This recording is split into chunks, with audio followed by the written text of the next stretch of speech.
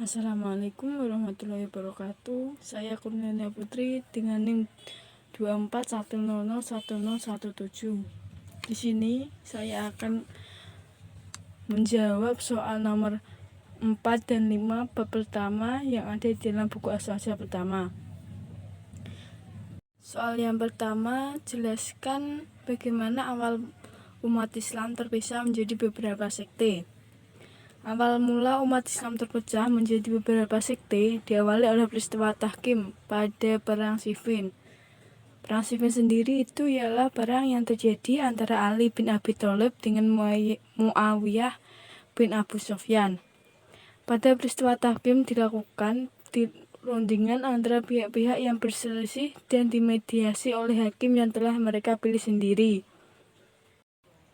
Dalam tahkim tersebut, pihak Ali memilih Abu Musa al-Asy'ari sebagai muhakam, sedangkan pihak Muawiyah memilih Amr bin al-As sebagai muhakam.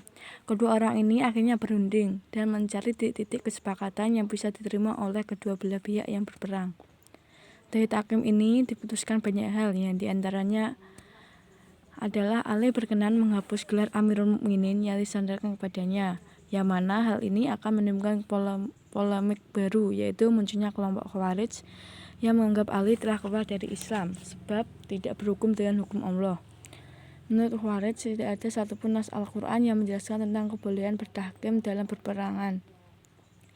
Dari peperangan yang terjadi antara umat Islam ini timbul beberapa sekte keislaman seperti Syiah dan Khawarij dan aliran-aliran lainnya. Artinya, awal mula umat Islam terpecah menjadi beberapa sekte itu terjadi karena peperangan yang terjadi antara umat Islam. Soal selanjutnya, jelaskan di antara keutamaan sahabat Abu Bakar, Umar, Utsman, dan Ali radhiyallahu anhu. Yang pertama, Abdullah bin Abu Huwafah atau yang dikenal dengan nama Abu Bakar As-Siddiq. Abu Bakar As-Siddiq ialah salah satu sahabat utama Nabi Muhammad SAW. Abu Bakar As-Siddiq juga salah satu orang yang pertama masuk Islam dan masuk surga setelah Nabi, berdasarkan sebuah hadis yang diterangkan dan diriwayatkan oleh Abu Dawud yang berbunyi dari Abu Hurairah radhiyallahu anhu. Ia berkata bahwa Rasulullah SAW bersabda, Jibril mendatangiku dan mengajakku untuk melihat pintu surga yang akan dimasuki oleh umatku nanti. Abu Bakar berkata, wahai Rasulullah, sesungguhnya aku berharap ketika ia datang aku bersamamu, sehingga aku pun bisa melihat pintu surga. Rasulullah berkata, sesungguhnya engkau Abu Bakar adalah orang yang pertama kali masuk surga dari umatku.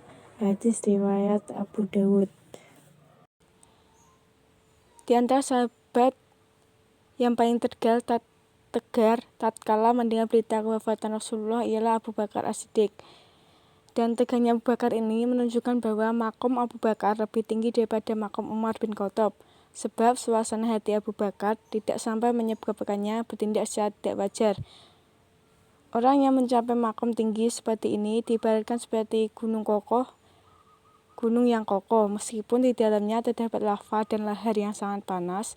Namun karena kuatnya gunung ini, lava dan lahar itu tidak sampai tampak di luar gunung dan orang-orang akan menganggap gunung itu diam pada tempatnya. Allah Ta'ala berfirman dalam Quran surat An-Naml ayat 88. Ya, artinya, dan kamu melihat gunung, kamu menyangka gunung itu diam, padahal ia berjalan seperti awan berjalan. Silsilah Abu Bakar bertemu dengan Nabi Muhammad SAW pada Murrah bin Ka'ab. Yang kedua ialah Umar bin Khattab radhiyallahu anhu. Umar ialah salah satu sahabat Nabi yang namanya sangat masyhur. Sejak kecil, Umar mempunyai tubuh tinggi besar dan watak yang keras. Sebelum masuk Islam, Umar ialah pegulat yang tangguh, sehingga ketika beliau masuk Islam dan menjabat sebagai khalifah, beliau amat disegani dan ditakuti. Banyak sekali hadis-hadis yang menunjukkan keutamaan Umar bin Khattab. Di antaranya ialah sabda Nabi Shallallahu Alaihi Wasallam yang bunyinya Innallaha ja'alal haqqa ala lisani Umar wa qalbihi. Ya, artinya sesungguhnya Allah menjadikan kebenaran atas lisan dan hati Umar. Hadis riwayat Tirmidzi. Hadis selanjutnya berbunyi Ma tala'ati syamsu ala rajulin khairim min umaro. Ya, artinya tidaklah matahari terbit menyinari seorang yang lebih baik dari Umar. Hadis riwayat Tirmidzi.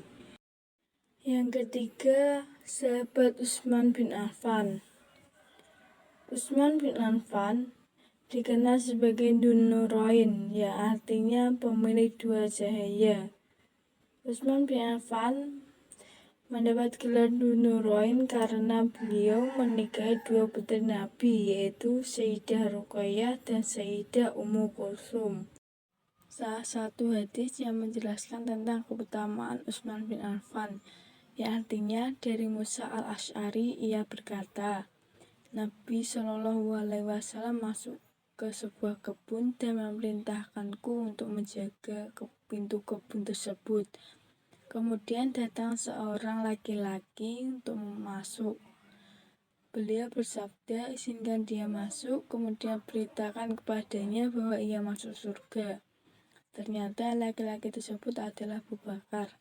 Setelah itu datang laki-laki lain meminta diizinkan masuk. Beliau bersabda, izinkan dia masuk, beritakan kepadanya bahwa ia masuk surga. Ternyata laki-laki tersebut adalah Umar bin Khattab. Lalu datang lagi seorang laki-laki meminta diizinkan masuk. Beliau terdiam sejenak, lalu bersabda, izinkan dia masuk dan beritakan kepadanya bahwa ia masuk surga disertai dengan cobaan yang menimpanya. Hadis riwayat Bukhari.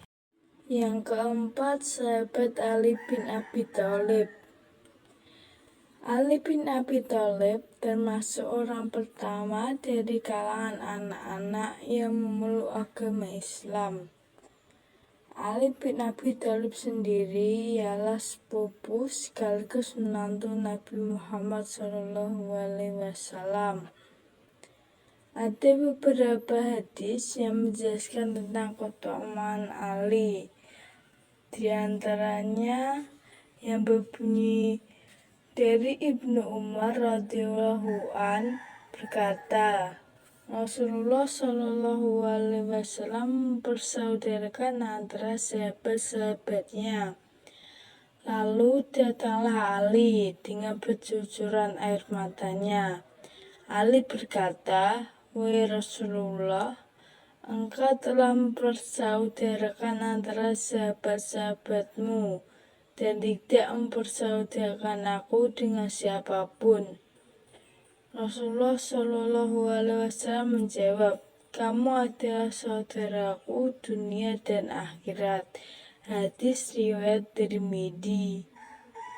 Demikian jawaban dari saya. Apabila ada kekurangan atau kesalahan, mohon maaf yang sebesar-besarnya. Wassalamualaikum warahmatullahi wabarakatuh.